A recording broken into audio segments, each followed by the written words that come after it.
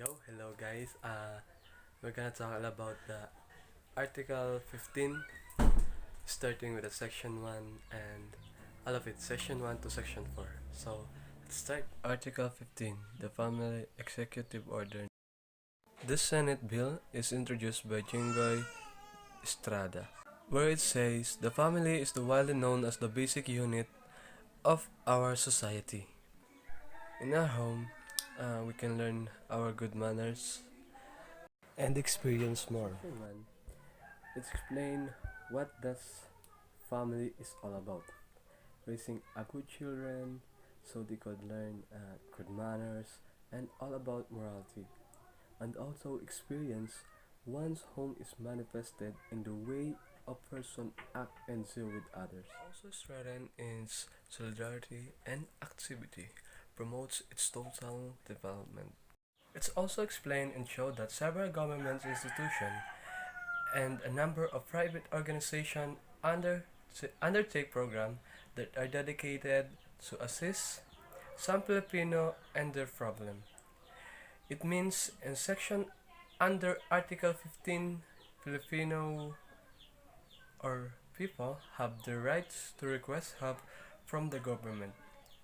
Because this bill is proposed the creation of commission of the family that will cater to the needs and demands of every Filipino family. 1.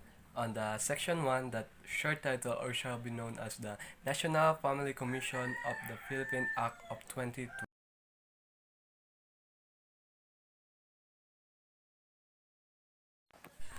Let's have a short flashback of Section 1, where everything is introduced by Senator Estrada in explanatory note. Article 15, Section 1 of the Constitution of the Philippines express that several government institutions of the number private organizations undertake help Filipinos that needed help most.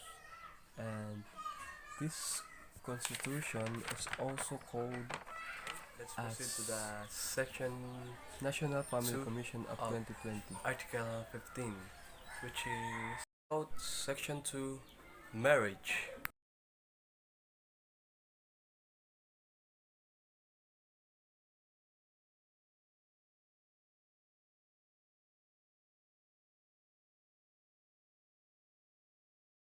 Section 2, marriage, is an inviolable social institution, is the foundation of the family, and shall be protected by the state.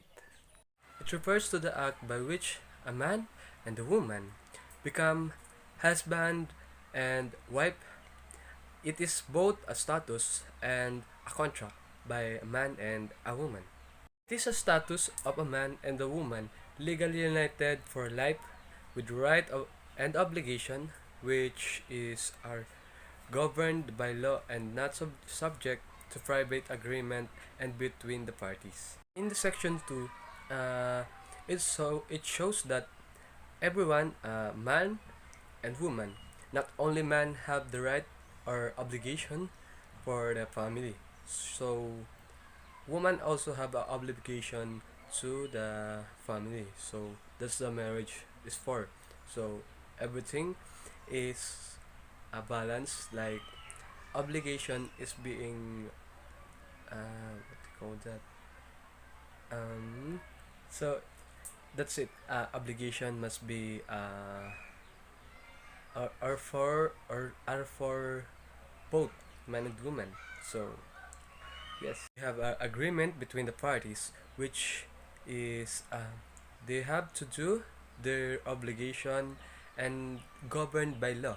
So the woman is legally united for the man. So we all know that. So I'm just explaining that everyone have a obligation. So I'm being so. What does inviolable social institution means? So it means the word employed. Uh, the the state recognize the sanity of a family life and shall protect, threaten the family as the basic social institution and as the foundation of the nation and shall strengthen its solidarity. Also actively promote its total development and separately and collecting embody and crystallize marriage. Sinasabi dito na ang violable social institution ay sinasabi dito na dapat ay protektahan ang pamilya at patatagin para sa mga basic social institution. So, ayun nga, kasi ito pwede maging foundation ng ating nasyon. So, at pwede rin ito maging isang katatagan ng ating solidarity.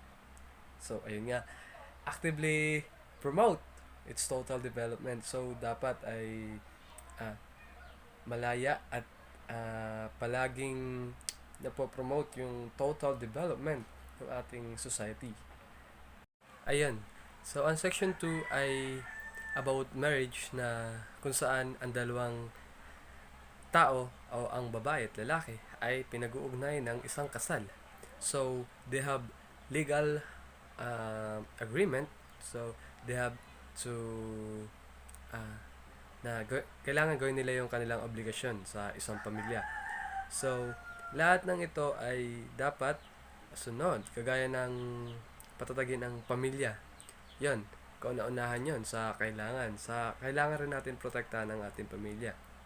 So, medyo maiksi lang naman yung section 2. So, pero may explain to lahat ng rights and obligation sa bata, nanay o tatay or lolo ay may explain natin to sa section 3.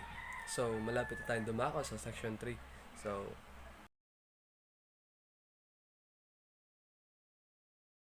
okay, let's begin with section 3. The state that shall defend. Okay, section 3 is about first is the right of the spouses to found a family and accordance with their religious conviction and demands of their responsible parenthood. So, this is about the responsibles of being a parent through their homes.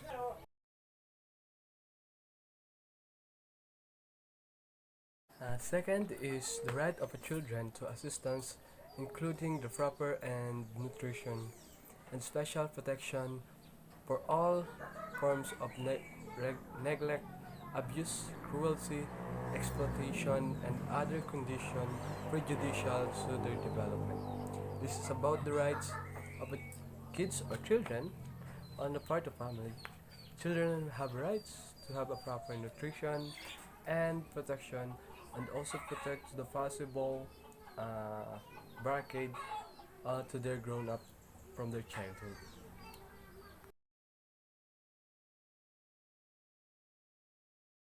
The third is the right of a family to a family, living wage and income. And the fourth is the right of a family or a family association. So here is the right of a spouses. The first is the statement is prohibited from interfering to determine the size of their own family.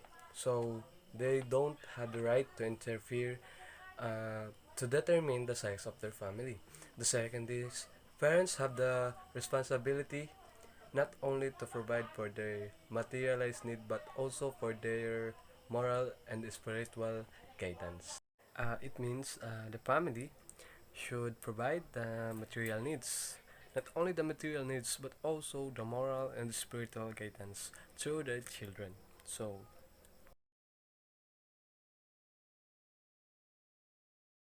the next is the list of rights of a children, which is include all of the rights of a children.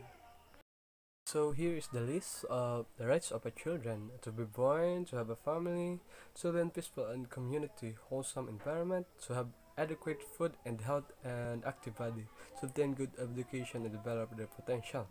Of course, So always the rights of the children, and to be given opportunities for play, to protected against abuse and danger, to defend and given assistance the government. This is Universal Declaration of the Right of the Children, or UNICAP. This is the right of a family. Everything rights. A family is entitled at least to have decent home, sufficient food, and adequate clothing and medical care. One should have the financial capacity and the educate children at least up to high school and safe for our generation. Next is rights of families or families organization. Rights of a family or family organization.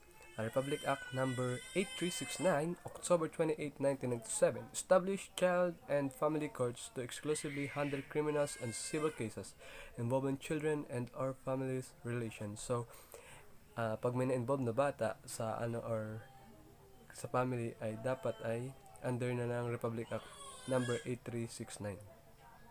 Okay, let's go to the last section, Section 4 of Article 15.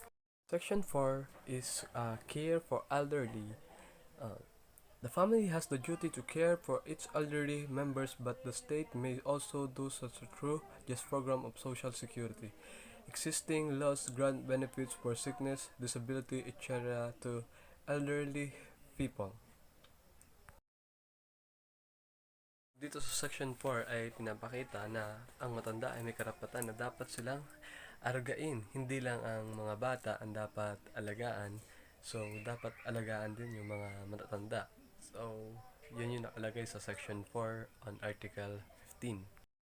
So, this is the law for senior citizen. Republic Act 7432, April 23, 1992, grants benefits and special privilege to senior citizen defined by law to mean any resident citizen of the Philippines at least 60 years old XXX.